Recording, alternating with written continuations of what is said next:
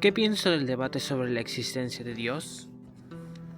Este es un tema que francamente desde hace años me ha rehusado tratar con extensión, pero con el reciente auge de canales cristianos con loquendo, como lo son J el Católico, CD Católico y varios más, sumado que no quisiera hablar tanto del tema en sí, sino de mis reflexiones adyacentes y yuxtapuestas al mismo. Para empezar, lo que más me cansa de esta discusión es que no avanza a ningún lado, no evoluciona. Estamos literalmente estancados en la Edad Media en el mejor de los casos, donde aunque se discuten los argumentos de Tomás de Aquino todavía, y no está bien eso.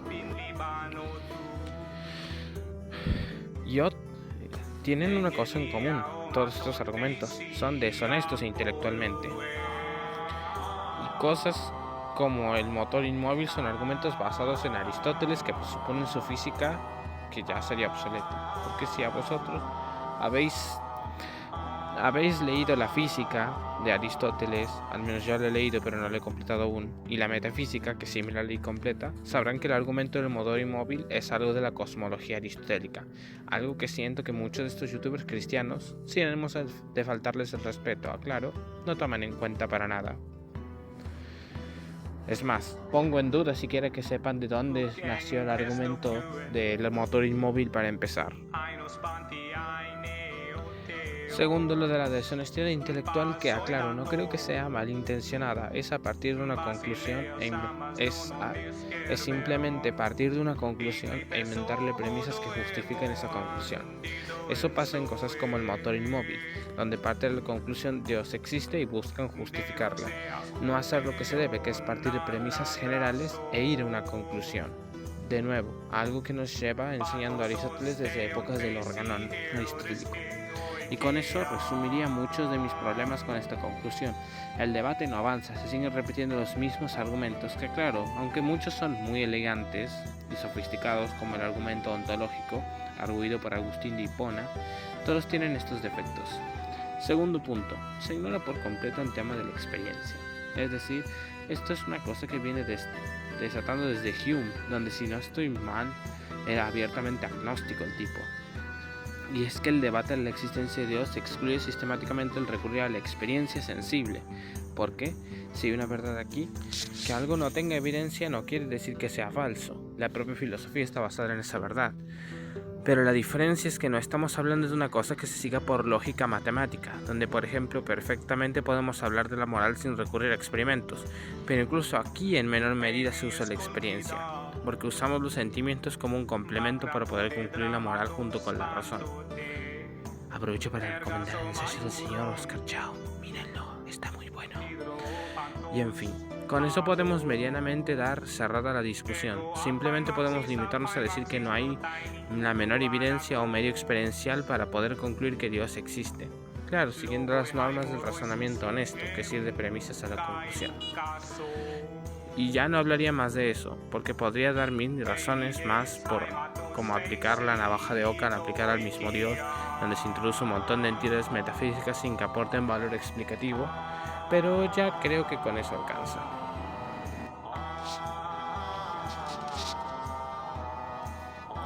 Eso sí, no me malinterpreten. No quiero sonar despectivo ni condescendiente con lo que diré, pero que sepa que tampoco espero grandes argumentos filosóficos de parte de muchachos de como mucho 16 años.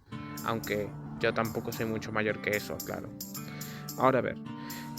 Aquí quiero centrarme más no tanto en el hecho de que Dios existe en sí, sino a mis pensamientos acerca de las cosas adyacentes de esta creencia. Primero, y quiero aclarar, yo no creo en Dios. Creo que esto es una cosa un tanto obvia si has prestado atención al video y me conoces bien. Pero realmente yo valoro mucho la religión cristiana en varios aspectos. Entre las cosas que valoraría de ella son su particular forma de estructurar la institución del matrimonio, el cual, al contrario de lo que mucha gente cree, fue uno de los pilares fundamentales para que la mujer comenzara a ser tratada como un sujeto de derecho independiente al hombre. Algo que incluso Cicerón llegó a aclarar, decir que era una mafufada. Porque como tal, vamos a hacer algo de memoria histórica. Muchos de los rituales nupciales que tenemos son derivados de rituales nupciales romanos, como el levantar a la esposa en brazos durante el casamiento, algo que la antigua Roma hacía reminiscencia al mito del rapto de las Sabinas. Y en sí, en lo que destaca esta institución es que como tal, este sentó muchas de las bases para que las mujeres fueran consideradas algo más allá de su rol de esposas o madres. Está claro que hay mucho fraude histórico en que las mujeres estaban subordinadas a los hombres, como el mero hecho de tener que aceptar que ese hombre era su marido en voz alta, algo que jamás en la historia previa al matrimonio cristiano había pasado, así como a su vez esto fue de a poco sentando las bases, porque otra cosa porque la mujer en la antigüedad era vista en ciertos contextos como poco más que una herramienta más no un ser humano, era más por el hecho de que las diferentes sociedades avalaban la institución del harén. Por lo tanto, eso llevaba a que la mujer sea reducida a un objeto y su valor quede a una mera transacción entre el padre y el yerno, así subordinada. Porque sí, la poligamia lleva a la mercantilización de la mujer y esa institución está ahí, es imposible que la mujer sea considerada sujeto de derecho. Como en los países musulmanes, donde el jamás deshacerse de la institución del harén conservaron esa noción acerca de ellas en la antigüedad precristiana y cristiana temprana.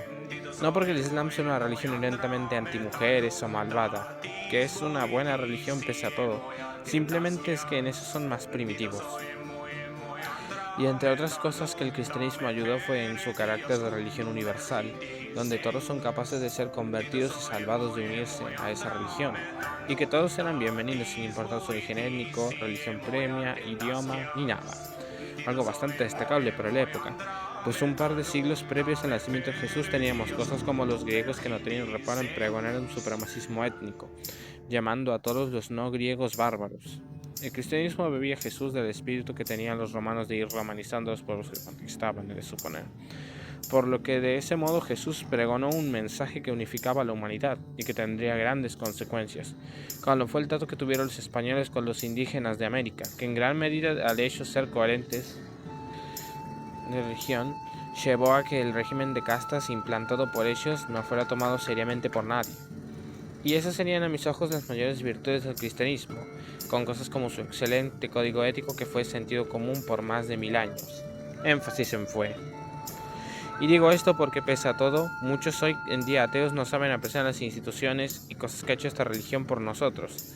Es más, una historia bastante interesante fue el rol que tuvo en la secta de los cuáqueros en la abolición de la esclavitud, donde hasta donde yo sé el propio Abraham Lincoln era cuáquero, y fue tal cosa su principal motivación para querer abolir la esclavitud en Estados Unidos.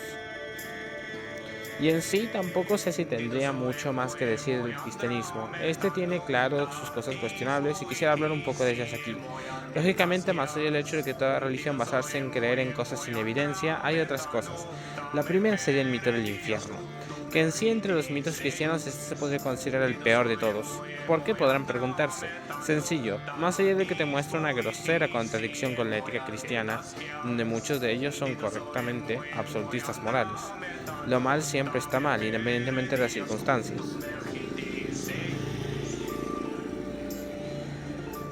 Estando en el mejor de los casos como un mal menor.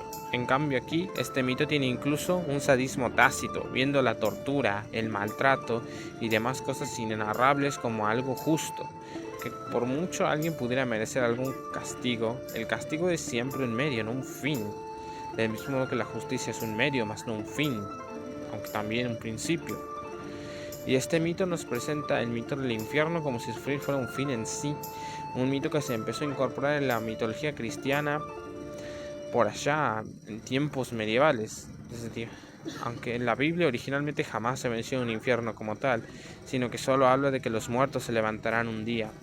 Por lo tanto, esto se empezó a tener forma clara desde Dante Alighieri, que incorporó esto en la Divina Comedia, y por fortuna ha habido intentos de deshacerse de este mito en tiempos modernos, habiendo varios católicos que directamente descartan el mito.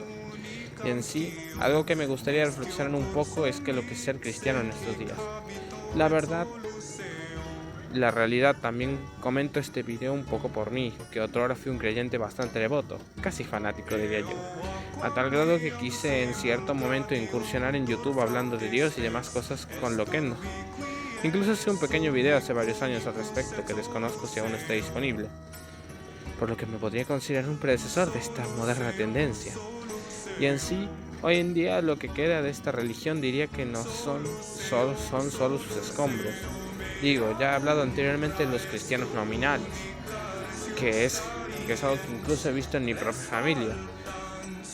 Gente que decía creer en Dios, pero percibía muchas incoherencias en ellos incluso desde niño. Entre los que decían creer y lo que practicaban, pregonaban, la verdad no será libres y mentían. Pregonaban honrar a tu prójimo y no tenían problema en hablar mal a las espaldas de alguien. Realmente hasta diría que es muy difícil ser creyente hoy en día.